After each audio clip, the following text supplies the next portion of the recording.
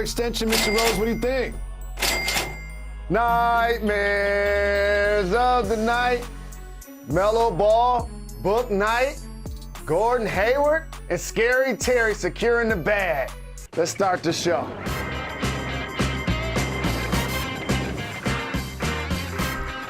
He is Jalen Rose, I am David Jacoby. We are Jalen and Jacoby. What is it that we do? We get the people what they want. Russell Westbrook has some thoughts on his future with the Lakers, and Shohei Ohtani put on a show in Detroit, but we start our show with rehashing some drama that happened in Los Angeles between Kevin Durant and Draymond Green when they were on the Warriors. Draymond Green has a show, Chips, on Bleacher Report, and he had Kevin Durant on as a guest in a wide-ranging, interesting interview. A lot of it stemmed around this incident. It wasn't the argument, it was the way that everybody, Steve Kerr act like it didn't happen, Bob Myers, and tried to just discipline you and think that that would put the mask over everything.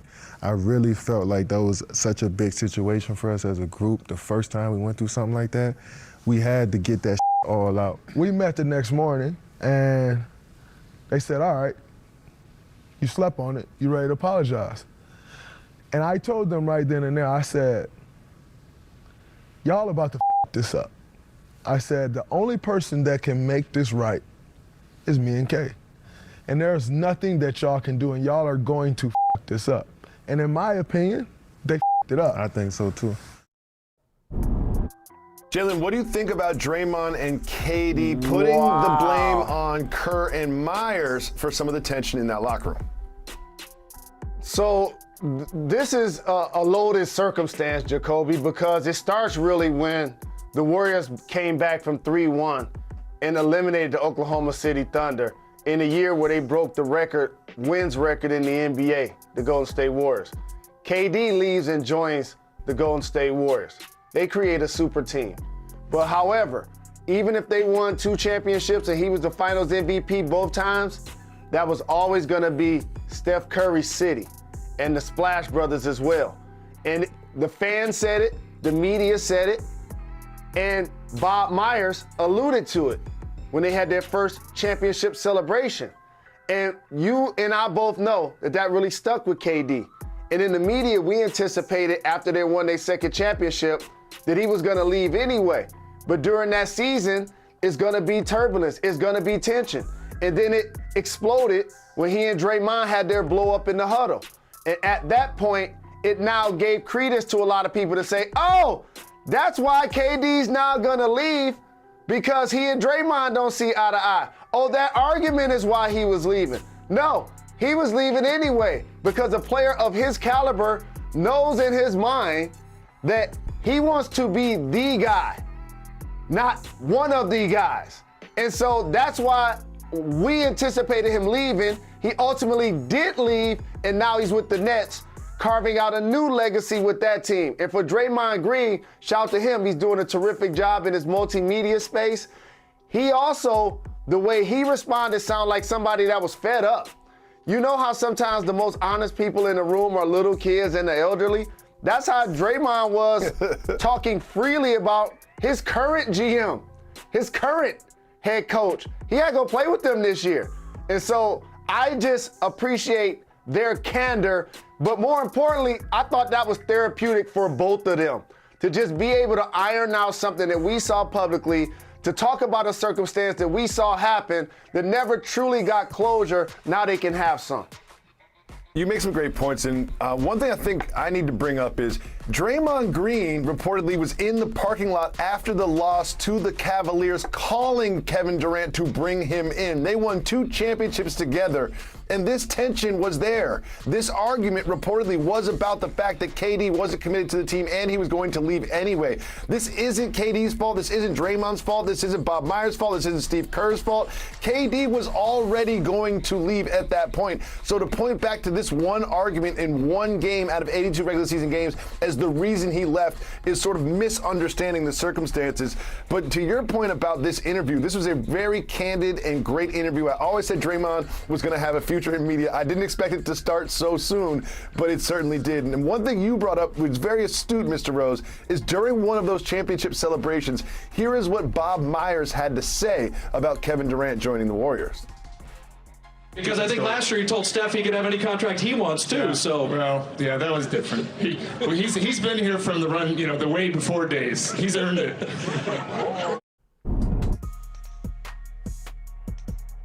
Jalen. Correct. And KD knows what the fans and media who question whether he should have left OKC to join the Warriors, and they try to say win a real ring. They try to say he joined the bandwagon type of thing. That's one thing. But when it happens at your championship parade, that has to sting. And I think that moment right there is kind of what their interview ultimately embodied. Absolutely. It was a great interview. Encourage everybody to check it out. It's on Bleacher Report. Great job by both Kevin Durant and Draymond Green. And I will always support Kevin Durant's decision to go to the Warriors, to join one of the best teams ever assembled to win championships. If that makes him happy, then God bless him. Moving on to Russell Westbrook, who had a very interesting remark to say about his Lakers and some of the folks that questioned their experience, we'll call it. Quote, "We got a team full of nice, experienced vets that's going to kick these young bleep Jalen Anthony Rose. What do you think about Russell Westbrook's confidence in his veteran-laden Lakers squad?" David Jacoby, you know how this works in basketball. It don't matter where they're playing. When the old guys come to the court and they still got some game and they got their own built-in team, they might not be able to play 10 games, but they're going to dominate those 5 games. That's what he's talking about.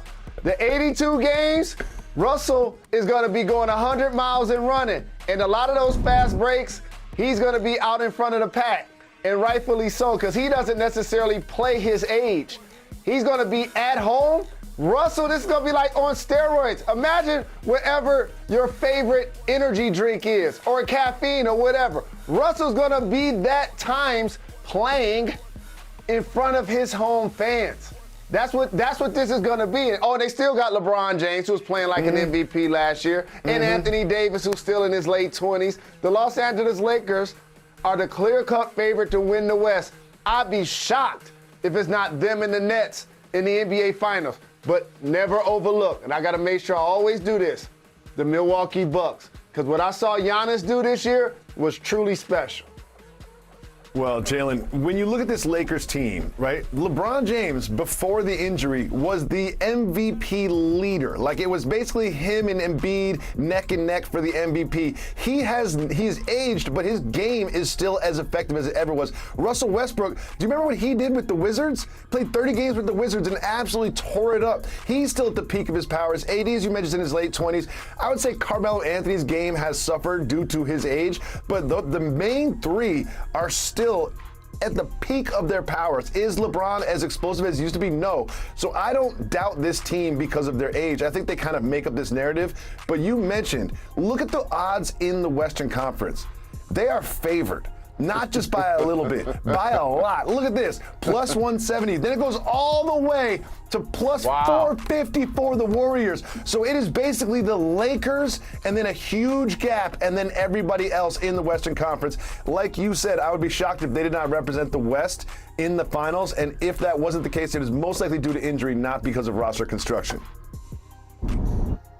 Well said, and I agree. And what you said about Melo, one thing he has done is reinvent himself as a three-point shooter, over 40% last year.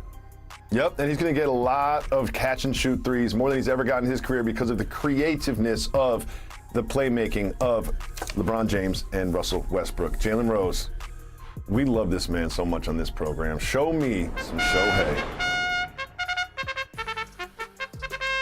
Show me the way now. In your hometown of Detroit, this man, Shohei Ohtani, took the mound, pitched 8 innings in 90 pitches, and then went to the plate and hit his 40th home run.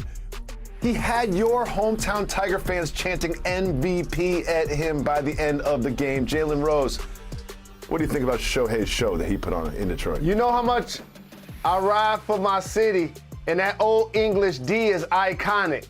But I would have been chanting MVP too. It's incredible, dog.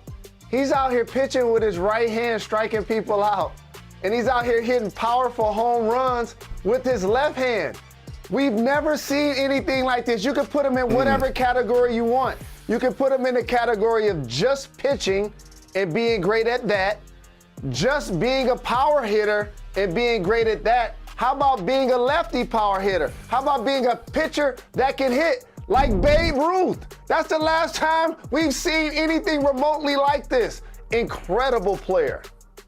Jalen Rose, the Angels don't exactly have a stacked roster, and when a pitcher has an 8-1 record with that type of run support, you have to look at it. Like, he has 1 loss on the season and 40 home runs. We cannot say enough times. He needs to be celebrated every time he does something like this, and he will continue to be celebrated here on Jalen Jacoby. When you are on a full screen with Babe Ruth and dominating the numbers, those are in a season. He's not done. He is not done, and he's already topped Babe Ruth as home run hitting pitcher. Jalen Rose, we've been calling the Washington football team for quite some time. Then they officially changed their name to the Washington football team, and now there are some rumors on the internet. There's an unofficial list of names that they are considering. Mr. Rose, when you look at this list, there's one that just sticks out way above the rest. Look at the list of potential names. There's one that sticks out way above the rest. Which one would you pick if you were picking a name for the Washington football team? First and foremost, don't pick anything formal or presidential or playoff politics or the White House. Don't do any of those. When I initially looked at it, I wasn't mad at Red Hogs because I remember they were the Hogs when they were winning Super Bowls in the 90s. But the winner got to be Red Wolves. I think it has more range. I think that's going to be the winner. Gotta be. They have a pack mentality. You know what I mean? They hunt in packs. Wolves are dangerous. They're an underutilized mascot for teams. I think Red Wolves is the clear favorite. Hopefully that is what they decide on being. Jalen Rose, we have some preseason football tonight, and one of the most Going to be the starter. You have a veteran that's so very accomplished. Vastly different style from Mac Jones, the guy you just took high in the first round that you know is going to be your future. You spend a lot of money in the off season. You upgrade at the tight end spot. You strengthen what looks like is going to be a really good run game. Cam Newton seems like the quarterback that's going to contribute more to that style. And just like in San Fran or with the Bears, these situations that we're talking about, more than one QB, means that they don't necessarily have their QB right now at the right time. Like Justin Fields, for example, is going to be the guy, but not right now. Same with Mac Jones, same with Trey Lance. Well, one thing that's interesting is reportedly in joint practices, the Eagles have been calling Cam Newton the check down king, which is, I always say you can be mean if you're funny. That's pretty funny, but it does sort of display something that we all watched last year with Cam Newton, is that he can't really throw the ball deep. He wasn't even throwing the ball short with accuracy last year. Mac Jones, as he's proven, can throw the ball deep. Do you think eventually they do want to switch to this style this season? They want to wait till the young fella get ready. And I saw my brother Bart Scott say this, and I loved it. He said that they're going to basically treat Cam like the rent-a-car. And Mac Jones is going to be the luxury vehicle. That's kind of what I see here. And again, when you take a quarterback in the first round, I mean, think about this. Green Bay taking a quarterback in the first round is the reason why this is going to be Aaron Rodgers' last season there. So, of course, Mac Jones in this situation is going to, at some point, play when they feel like he's ready. You mentioned Justin Fields, who looked great in his preseason debut. And, of course, the Bears said that Andy Dalton is QB1 in a tweet. And here's what Dalton had to say about the position. Like I've said before, Justin's going to have his time, and Justin's going to have a great career.